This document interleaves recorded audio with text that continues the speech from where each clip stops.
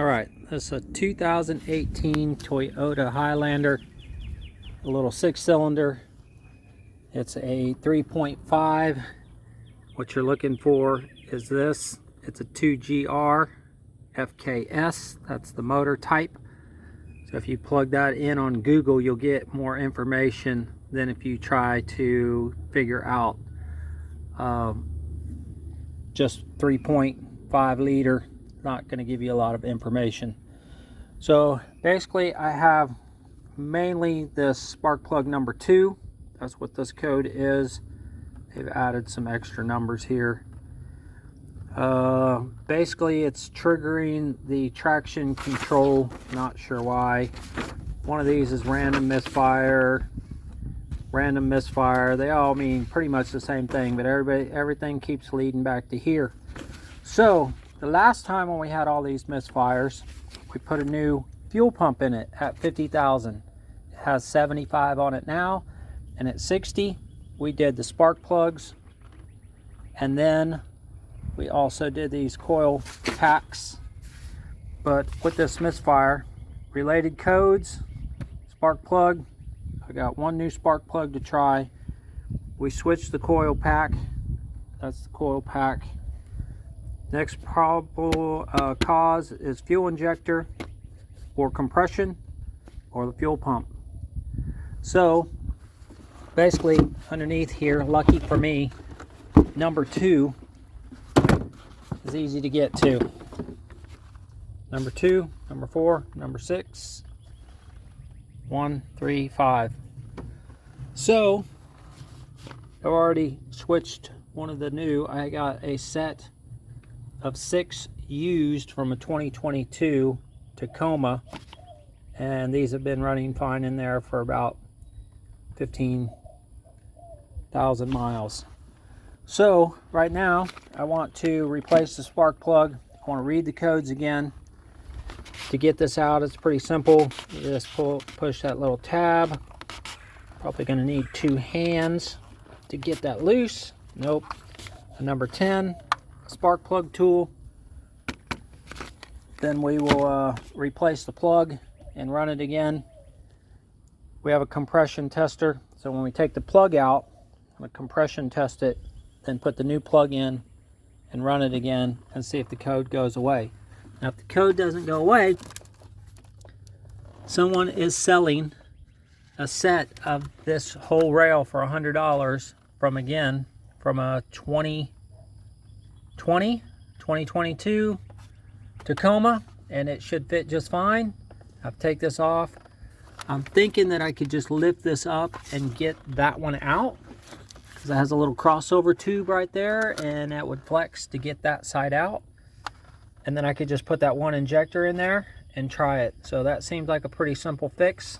That's will be next, but right now we're going for the spark plug. All right, this is an old computer. It's so old, but cylinder 2 misfire. So basically you can see how many counts of the misfire.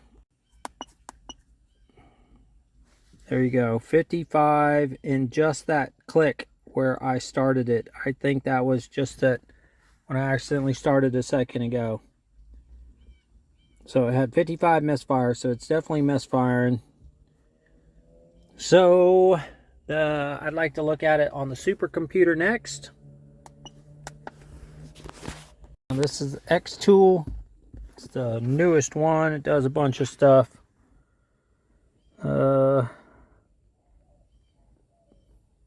D9S. Has a lot of stuff, but it's kind of slow loading it up. It's kind of like taking you to school to learn all this stuff. All right, gonna do auto scan. Toyota. That's gonna look this up for us. Should say the same thing. This one is with a smart key. Has radar cruise, and basically it gives you that same 2GR FSK 2018 with a smart key.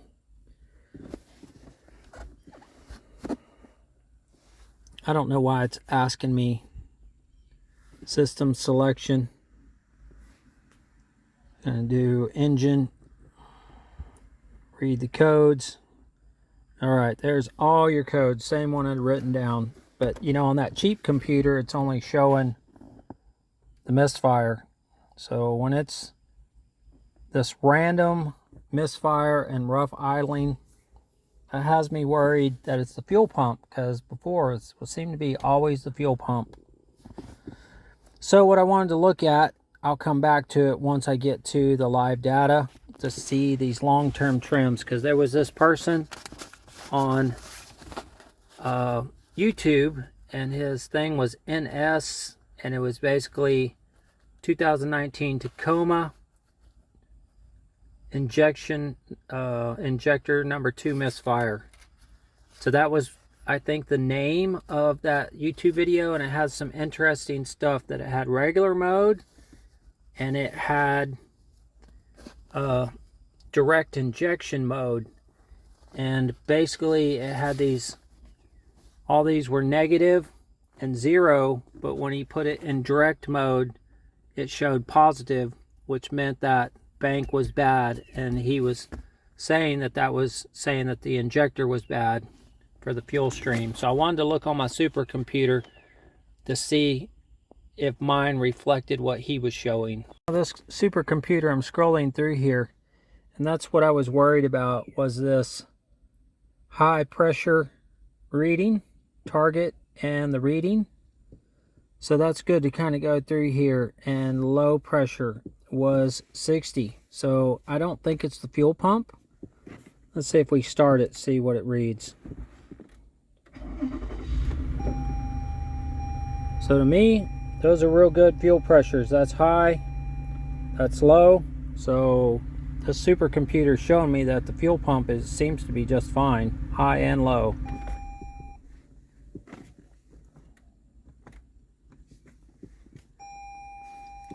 So let me scroll through here and see if I see anything else that would give me some indication that it's the injector and not the fuel pump. I mean, seeing that fuel pump pressure seems to be pretty legit, you know.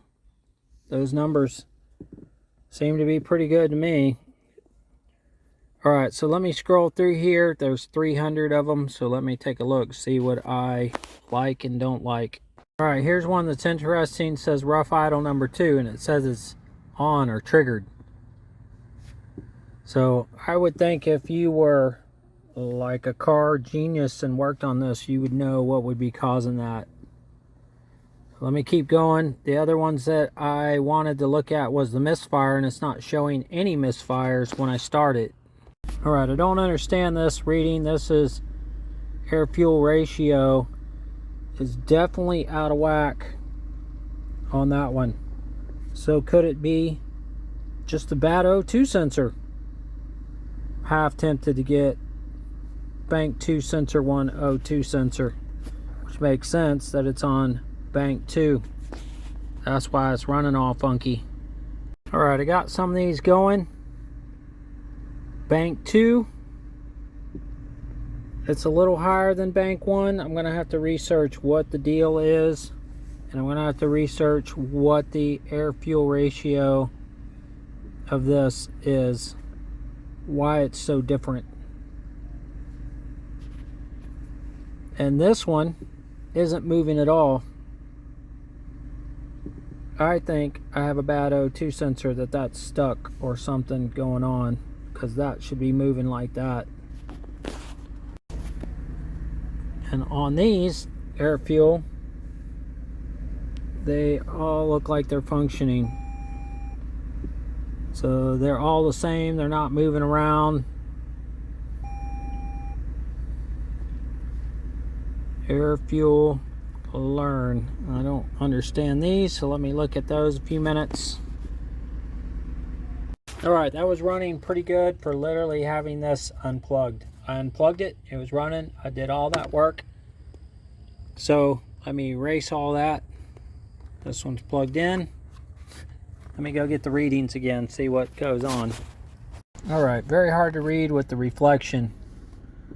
But I'm not sure why bank 2 sensor 1 long term is not going to 0. Why it's staying high? So what does that mean? What does that mean? The injector's bad? I don't know. I need to sort out what that means. Right, basically when I told that computer to reset, it reset. I didn't realize I was clearing everything in this computer. So that's a stinker. So let's reset this trip odometer. And now it's going to have to be driven another 40 miles before it gets all those readings on all these little computers here. So that stinks that I deleted that. I was getting readings, wanted to see what that stuff was. You know how I feel about that.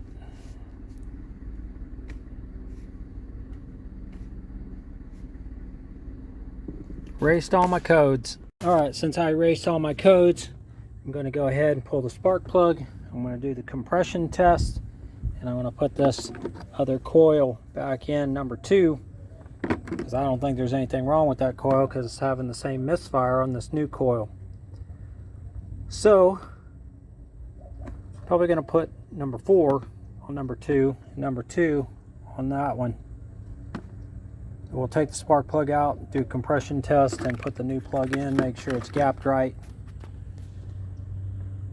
And then move on from there, go back to test driving. Alright, I've misplaced my proper spark plug wrench, but 5/8 will do.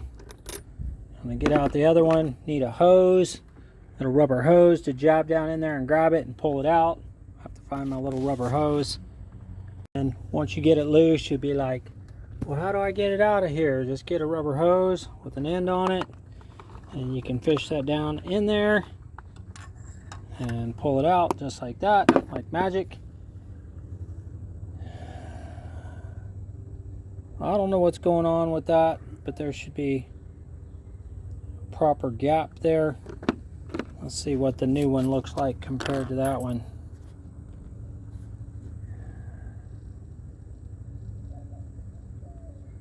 It's like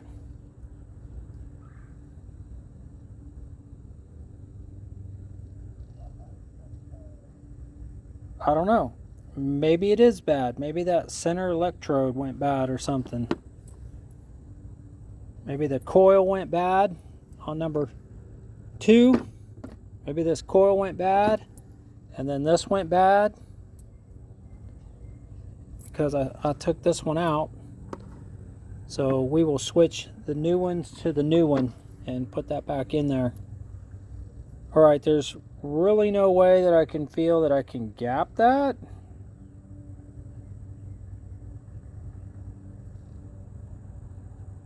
I guess we could check it. Let me see what the gap is. Alright, found documentation that gap should be anywhere between 0.027 and 0.031, and this is 30.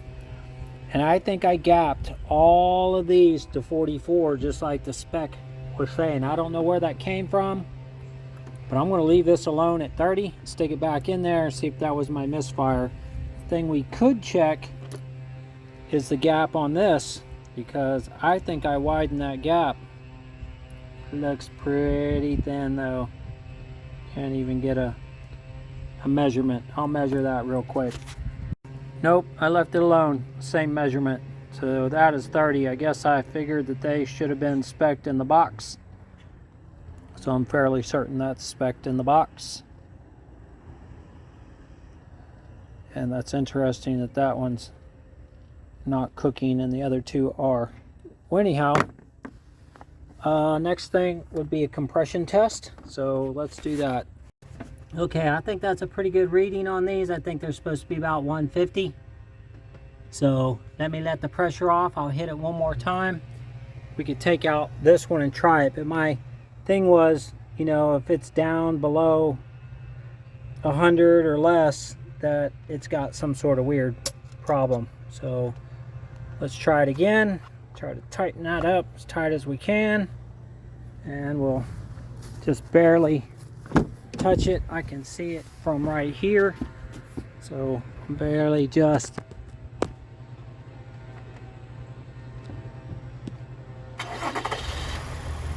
Yep, not going up. I think it's bypassing air somewhere.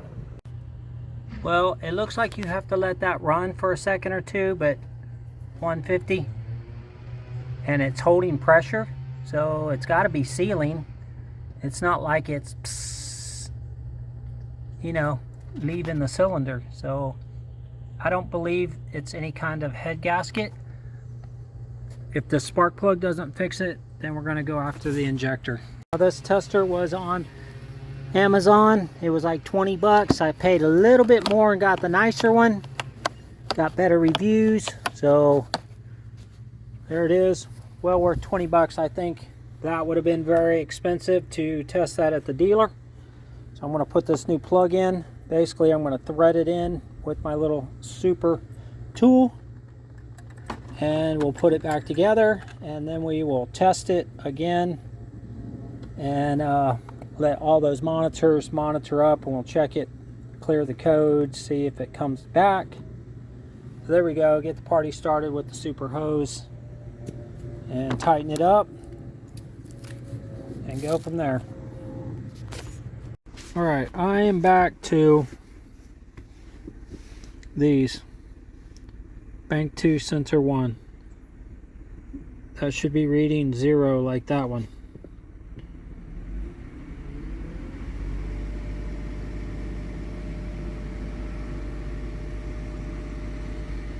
Bank 2 sensor 1. Even the short term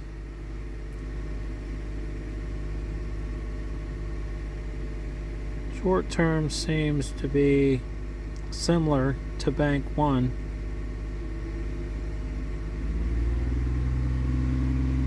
But it's definitely the long term. Something's not right. So I need to figure out what that is, what's causing that. I think that's going to be the problem. And since there's a minor misfire that it keeps showing up on number 2, we'll confirm that one more time, and then we'll go for the fuel injector. Alright, going to do the fuel pump on this 2018 Toyota Highlander. This is pump number 4. I believe it's the filter in it, not the pump. Pump is reading just fine, high and low pressure. 1 screw, 2 screws, some in the front. So, you know how I feel about that. I've taken these out before. So, there's one in the front. Trying to do some recon. So, it looks like it's got 5 bolts. If I take this out, will it fit in the back seat? Probably will. So I'm going to go ahead and loosen it and get the seat. And then put it back there so I can do this tomorrow. I don't have the spanner wrench to get the tank out, but it'll be one more step to go ahead and get the seat out. Alright, got this back over here at the shop. Drove really horrible getting over here. Seemed like it just was not getting fuel. Random misfires, but then it throws misfire, says rough idle, number 2 cylinder, which is this front one up here. So I believe it could be the injectors. I don't believe it's the pump. I believe it's the filter on the pump or the pressure regulator on the pump. I'm going to take the seat out. We're going to take it out, match it up with the new fuel pump, put it in there. One more thing to pop out of there to get to the little connector. Pull this little floor pan piece out because it's blocking access to get to this. Well, don't try to pull up on the seat without unplugging that, because that cord's about 2 inches long from the floor and it's bolted to the floor pan. So I was pulling up on it, not good. I could break that, then the old lady be mad at me for messing up her seat. You know, I decided that seat was too heavy to lift out of here by myself, so I just slid it on its back. Slid it over there. Hopefully that won't hurt the back of it. So, what next? I've had this out before, so I know it comes out. I thought in my mind there was a hatch there. So let me unfilm this and go digging a minute and see if I can get there to it. All right, I don't remember doing this the last time, but obviously I did. There's 2 bolts to the seats, and I just picked up on this a little bit and slid all this carpet out, because you have to fold this. There's the 2 bolts in the dark, but you got to be able to get to this access hole, which is right there. So they put that down there with the goofy tar. Look at that tar mess. Just makes a mess. So you got to be able to get this carpet up where you can get that fuel pump out. Let me get something to tie this mess up so I can get to that and not have to hold it with one hand. All right, what a mess. Just kind of got it looped around there. Got that pinched up with a little board. The little foam piece broke. Just attached in a few sound deadener. So we'll make sure that gets back in the right place.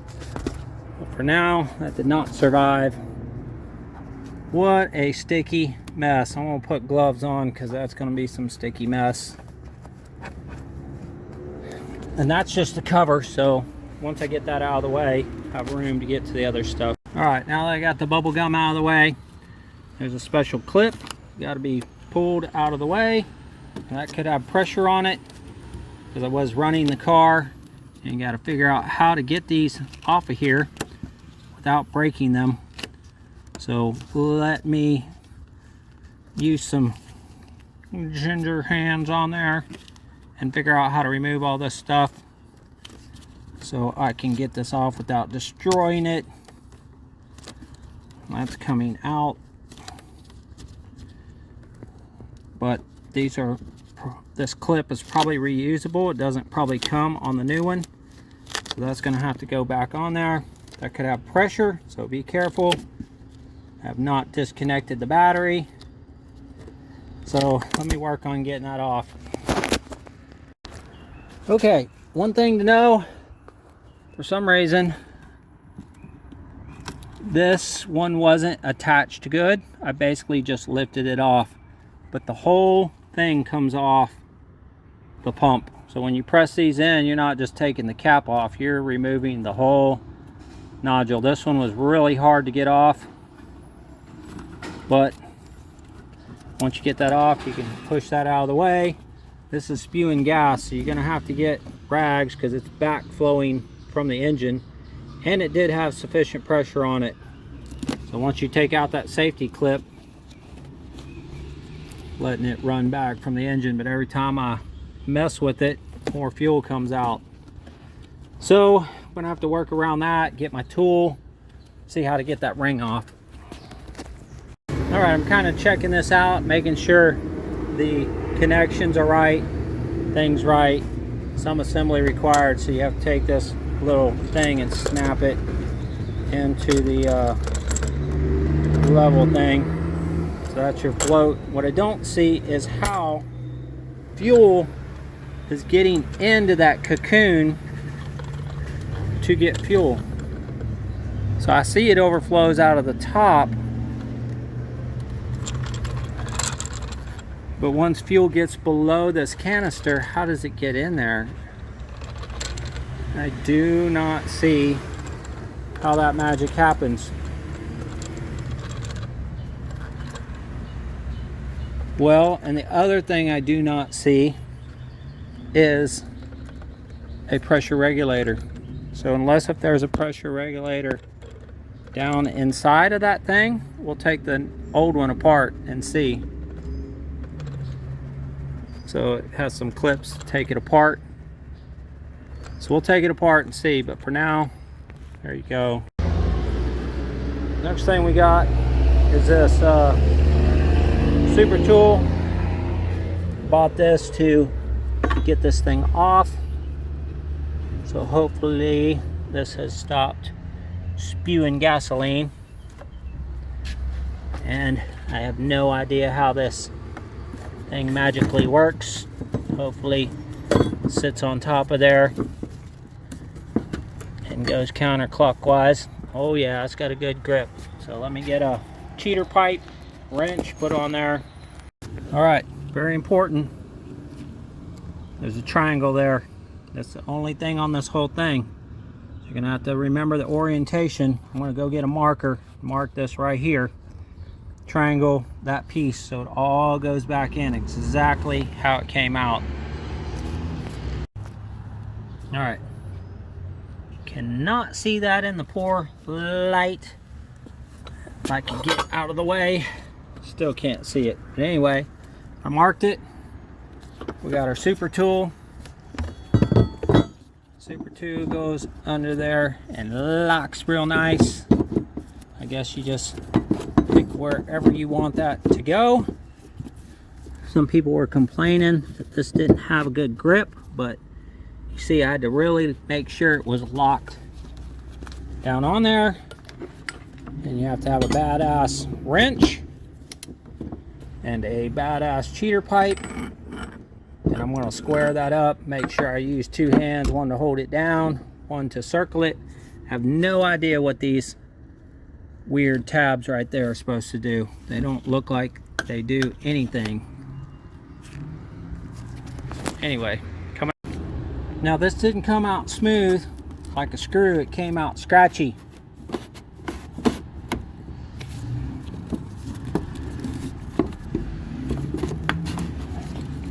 Like it is hung up in there.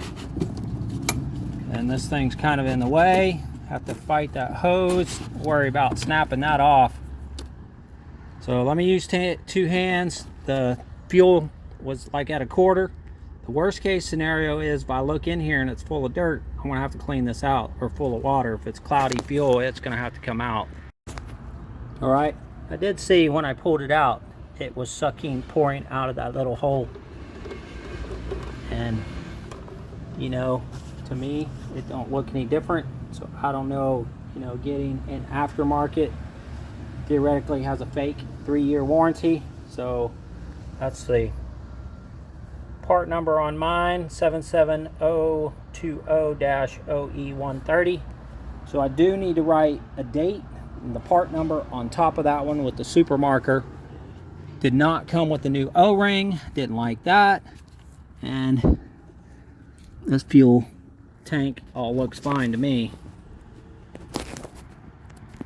All right, this got a little tab right there, little tab right there, wrote the part number, the date, and mileage. That tab goes right here in this little plastic spot. I've cleaned all this off. I'm thinking I was going to put a very light thing of lube there, but I don't think I'm gonna. I'm just gonna put that new pump in there and smash it down right where it's supposed to go. All right, so far I held this down by hand. It looks like there's some little triangles there that keeps that from going backwards, which is kind of weird. I think all I need to do now is to move that over to here. Should be golden because it's pretty tight already. So let me move it around. All right, it's really tight, almost there. There's my mark, there's my thing. Not quite there, but I can't, when I put this tool on there, you can't see the mark.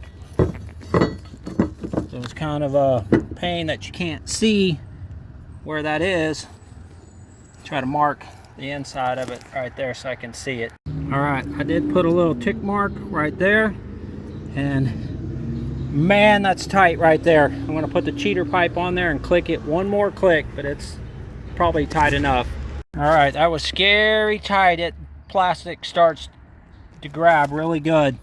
So it's actually a little past it right now, but I'm done. I'm done. So I can put all that stuff back. Take this little piece off. Snap this back in there. Put the safety clip back.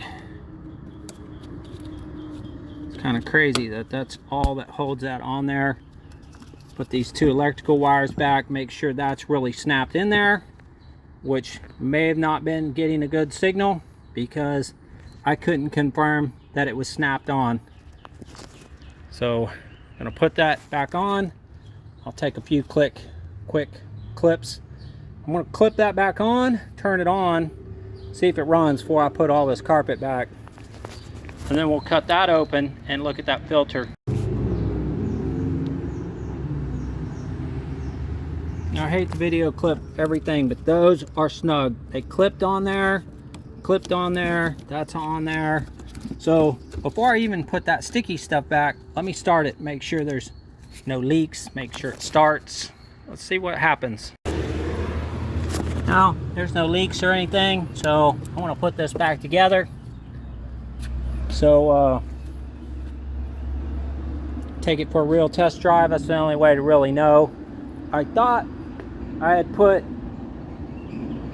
a date on there and mileage, because I picked it up to look at it, see what they really did. So, I don't know on the recall whether they were just taking this apart and putting a new pump in there, or whether they were putting a whole new part. The other thing I wanted to see is, what is the gas gauge saying before I'm complete. Let's look at the gas gauge. It's reading just fine, back where it was, so that's good. I think it's fixed. Won't know till we take it down the road. Do the bucking down the road. Alright, I'm not going to videotape any more of this. It's basically just putting that sticky thing back. Nothing holds that on there but the dumb sticky stuff from the floor. Pretty retarded. And just make sure all this stuff's back legit. Cover it all back up, put everything, put the bolts back, 2 there, then the 6 on the seat. Pretty simple. And I'll test drive it. Alright, can't see that. One of the hardest jobs was putting this carpet back under this wall. That was one of the hardest parts of the whole job. So now I got my 2 bolts. Camera's kind of adjusting. Need to put these back first. Those are number 14s. Everything's a 14. So pretty easy. That was the hardest part, pulling that carpet up. This whole job stressful.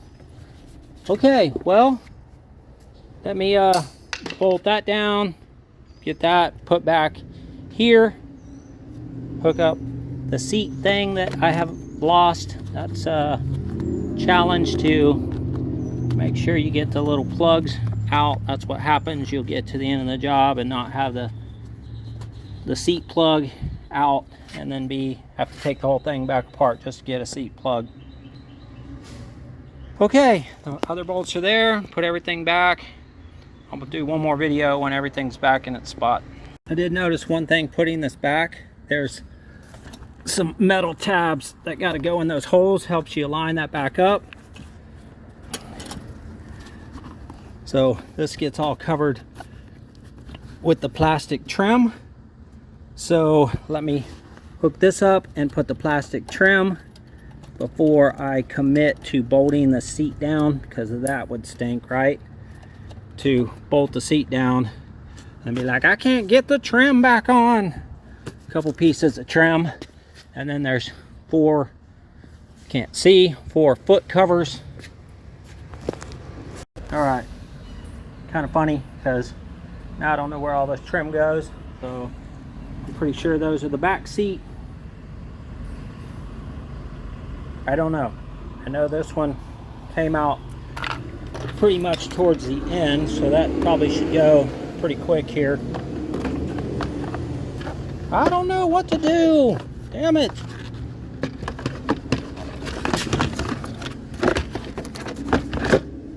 All right, well, making some progress.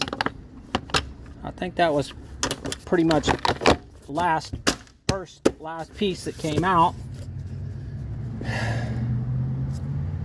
So these came out last. See if that ejects out. I got some rooms for the two covers for these. Cover for this piece for the seat belt.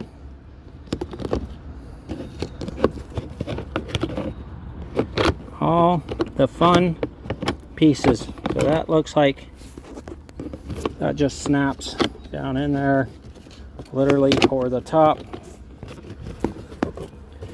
But it's not being user friendly. I'm gonna have to get all three pieces to go in at the same time, and that goes underneath. Probably why it's not fitting. So there you go. That piece got to go on first, and this piece go over the top. And you have these two weird covers that do some weird stuff. You end up breaking those when you're putting them on, so they slide under and then pop down. So they slide, can't see squat, sorry about that, and then pop down. Again, second one can see nothing. Let's see if these aren't tweaked. Make sure that those are straight. So basically it slides under and pops down. Woo-wee, I'm starting to sweat.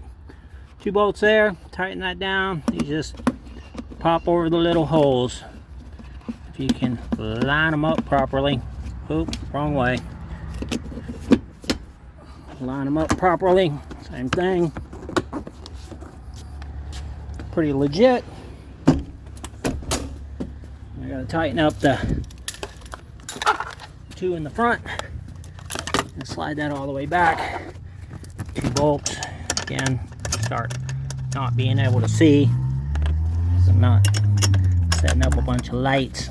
Two bolts, two little plastic clips, and that's legit. Take it for a test ride. All right, this is pretty much the tools that I used to use this whole job. This big tool. You're gonna need a cheater pipe because that's on there pretty legit. Make sure that's flat on the surface. You need a 14 to get the seats off. You need a flathead screwdriver to pick up that dumb tar piece. Got a marker to write some stuff, some gloves, a couple rags, absorb some fuel. There's the old pump. I want to cut that open. We'll look at it. And I want to see what's in that filter. See if that filter's nasty. All right, it says it's 9:30, so it took not quite an hour and a half to change that fuel pump.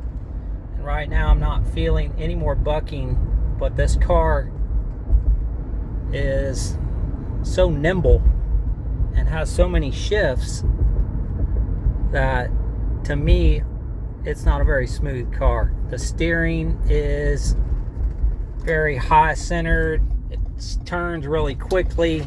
I just don't like anything about this car. It's my wife's car. She loves it, thinks it's better than white bread, sliced real nice, but I don't like it. I'm coming over here. It says I can go 93 miles. I was going to put like 5 gallons of premium in it. I definitely don't want it full in case I got to take it back out. But till we start it and drive it about 50 miles, it's going to be hard to tell whether it's fixed or not. Last thing I would do would be to clean the fuel injectors on that front rail.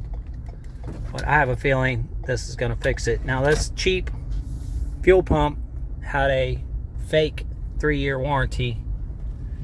The new fuel pump you could get from the dealer for 350 bucks. I paid 75 for mine. So if you went to the dealer, it's at least a $700 or $800 job to change that fuel pump. But you saw how easy it was. No big deal. Alright, so far I'm not finding anything that's just crazy. Could cut that pad open. Had a couple clips. So Is the filter in that piece? Does it unscrew? Like they trying to sell like it's the filter. So I see this unclips. Let me keep tearing it apart. Well, if you were handy, you could just buy this pump and put a new Denso pump in there. But then you have two regulators, not just one, and either one of these could be bad and been your problem. So we have this little filter, which I'm going to cut open just because I'm curious, and it says that you can just replace this filter, but I don't know how. These are cooked on there, so I don't see how they would come off to do that. So I'm not sure what that is, but I'm going to cut this open, see if it's full of dirt. Cut that open, see if it's full of dirt. No smoking guns here. Could have just been the pump, or those could have been one of those pieces, but you just never know. I mean, you're going to be guessing at what stuff is. I mean, I just don't understand it. It looks like that thing spins around in there and sucks up fuel. Now, I don't see anything necessarily, you know, that could be me cutting on it, but it looks like it has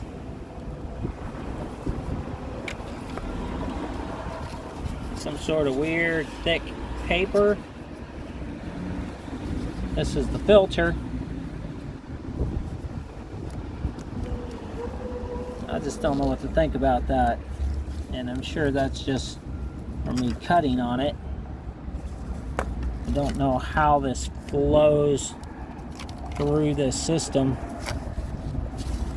It definitely could be plugged up, membrane. I don't know if that's pre-pump or post-pump. This is probably pre-pump because the pump is sitting down on top of that. So we have a pre-pump, maybe a post-pump, and that may be the problem, that just business is too restrictive. Let me cut that open for the fun of it. So for the fun of it, this looks just like some material sock. Has a elastic strainer and then like sock material. So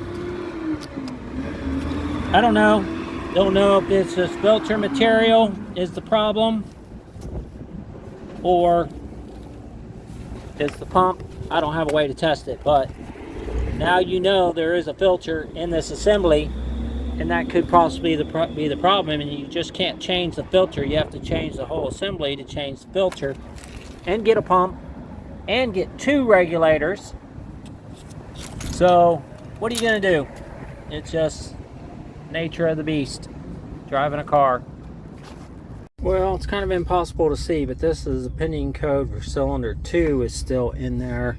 I don't know if that's from driving it this morning, and maybe that will erase, but I also have the onboard monitoring test, and it is cylinder, all these have 0 except for cylinder number 2, which does have 4 counts of misfires, but you know, it had like 64 before.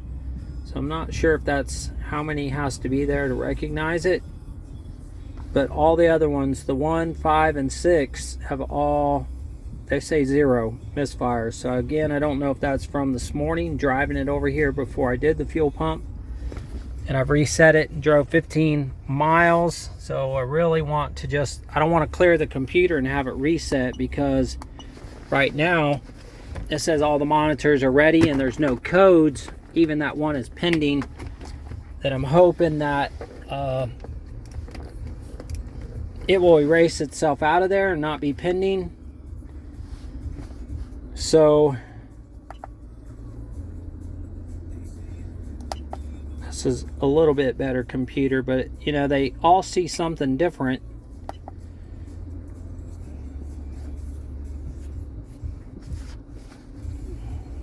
Ignition, spark.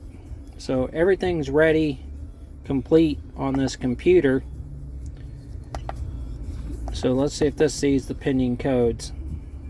Cylinder 2 misfire detected. So that's a pending code. No permanent codes. No current codes. So I'm hoping that that pending code will just float out of there after I drive it a while. The readiness is all of your things, like when you go get it inspected, all those are complete, so I don't really want to reset it. What I wanted to see was the O2 sensors related to, I don't know if I can see any of these. See these number 2 short terms. The long terms were doing weird stuff. Long term and long term is still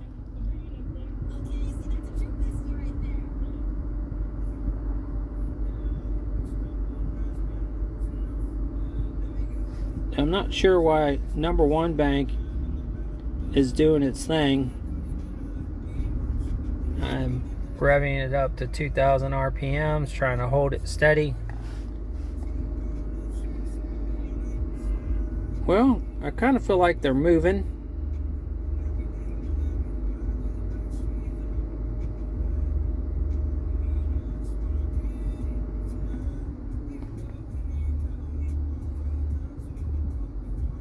I'm still don't understand this long-term bank on number 2. I'm not sure how high is.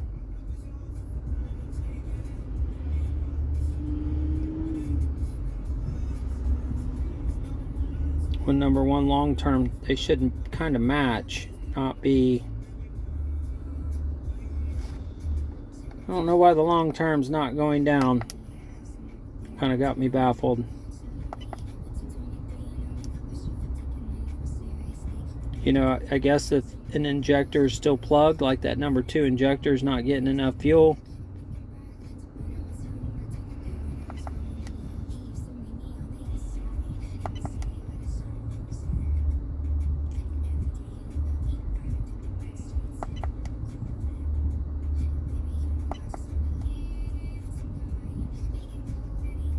Well, what are you going to do? It is what it is. Hopefully I won't get a real misfire on number 2, and then we can move on from this. Okay, put 57 miles on this car, and it's got 74 on it. That's the 4th fuel pump. 57 miles since we put on the new fuel pump. This is cylinder 2. So all those misfires are gone finally, because we've been driving it around. And then the codes.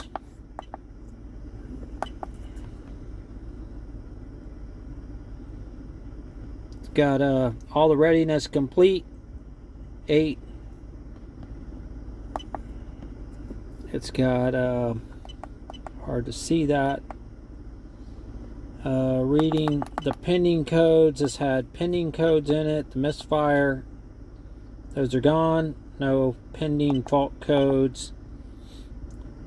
So let's plug in that other computer to see what it says, because it had misfires. Alright, this is the old cheap computer that was picking up all the misfires, and it was the one that said that the codes were pending.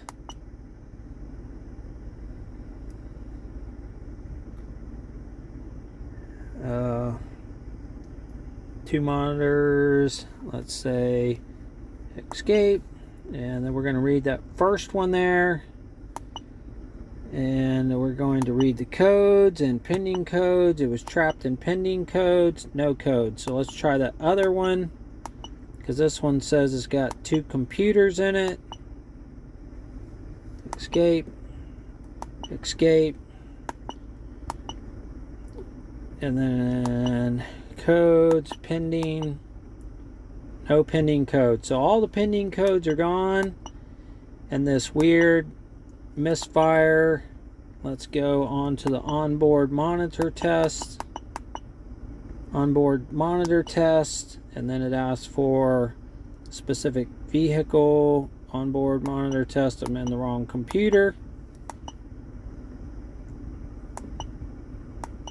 I need to go back to that first computer set, and then we need to go to the onboard monitoring, and then it's going to ask what car, and it's Toyota.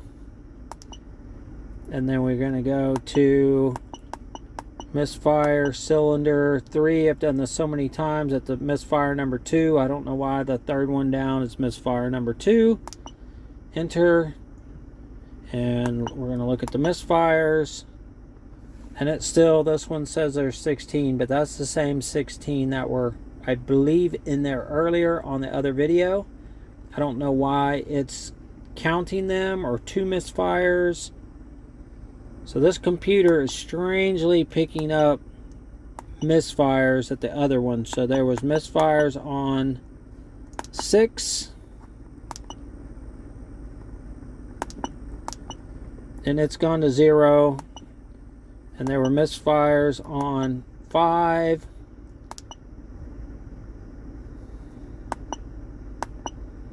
That's number 5. And there are no misfires on number 5, but for some reason there's still those weird misfires. But it did not clear the computer, so I think this computer somehow has seen those misfires in there. So I will continue to drive this because I'm curious to see if this weird computer is picking up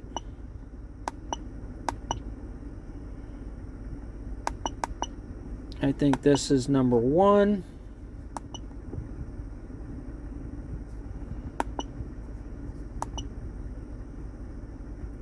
So this is saying 0 misfires for cylinder 1.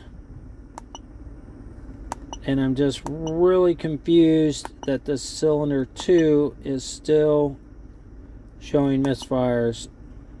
Well, I don't know what EWMA misfire count is, and that may be the difference between misfires for cylinder 2, 16. So I will do this one more time. I'll keep driving it till I get down farther, another quarter of a tank, and then we'll come back and look at this one more time before we say it's fixed. But it definitely erased all the codes out of this system, because I went back to this earlier and it said there was misfires that was saved in there. Don't want to hit that button. Stored codes. No stored codes. Pending codes. No pending codes. Permanent codes. No permanent codes. So I'm pretty sure it's fixed with the fuel pump. My last thing was going to be clean the fuel injectors on that front 2, 4, and 6. But man, I'm pretty sure that is a fix. But we'll check it one more time before we call it fixed. Alright, we've gone about 300 miles on this. We went about 100 miles and then that accidentally got reset. So 242 plus 100. And this is misfires for number 2. I know this is an old machine, kind of hard to read, but this is the only machine that was picking up on the misfires on this truck. And this is for cylinder number 2, and this had gone to 0, and all the other random misfires are gone. So 2 and 6 and 5 and 4, they were misfiring, but there's no misfires in here anymore. All the counts for the misfires are gone.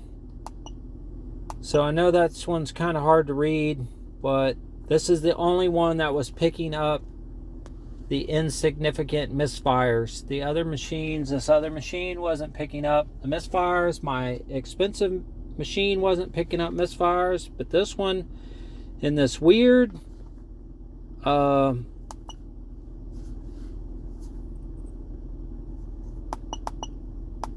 onboard monitoring. I think I've got to the wrong one. It says not supported. So basically, the things that I was interested in looking at to see if the onboard misfires, onboard tests, and then scroll down to the misfires, and that's where this one was. This was showing up the misfires here, and then it was showing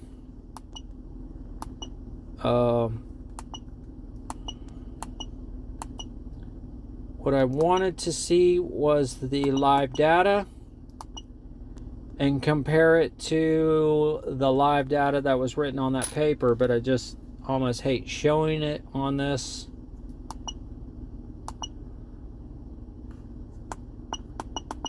I think I'm going to get the other ones because it's this long and short. So you have the short and the long. Short 1.6, 0.0, but I can't see which one that is. So let me plug in the other computer real quick, because these are really hard to see which ones these are. I'll cut that out of the video. This one's a little hard to see from the reflection, but basically it says all 8 computers are ready, and then you can look at all those readinesses, and it tells you that all of them are good. Fuel system, all okay, everything good. So basically what I wanted to see is read codes, and we know there's not any codes, just like the other one. So there's no fault codes, there's no pending codes. I don't even think there's any permanent codes anymore. No permanent codes. So there's no engine lights, no nothing anymore. No pending codes. And the live data is what I wanted to compare. Oops. I'll take a second to reload that. Hit the wrong button. Live data. See them all. And I had written down all of those data points, long term and short term. So one short term, long term, and they all reading pretty consistent on this one now. Long term is pretty low, but remember before that number 2, since it was getting so much misfire, they were different.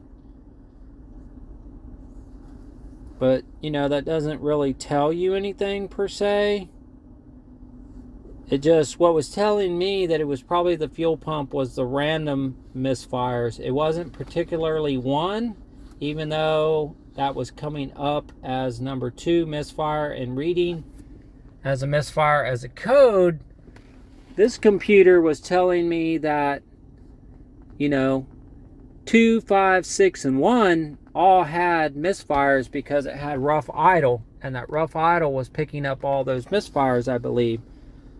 So those look like, I would assume, are perfect numbers compared to those other ones that said it was kind of wonky. So fuel pump, I did not have to go clean the injectors. That was the steps. Switched the coil packs. Got a new spark plug. Did a compression test. Then it was the fuel pump, because the machine, I could get out the good machine and see what the fuel pressures are. I don't think the pressure was the problem. I think it was the fuel flow, restriction of either the pump or the filter. This is pump number 4 on this car. Pump number 4 with 74,000 miles. So the fuel pump, I think, was replaced at 50,000 miles. So I don't know what's plugging up, whether it's the filter, whether it's those regulators that are bad, whether it's the pump's going out, because she drives it till the light comes on every time, the fuel light, and then gets fuel. I don't know, but that's kind of what I'm blaming, is that she runs it empty too often. But okay, that was a long video, but hopefully that'll help the next person. Fuel pump again.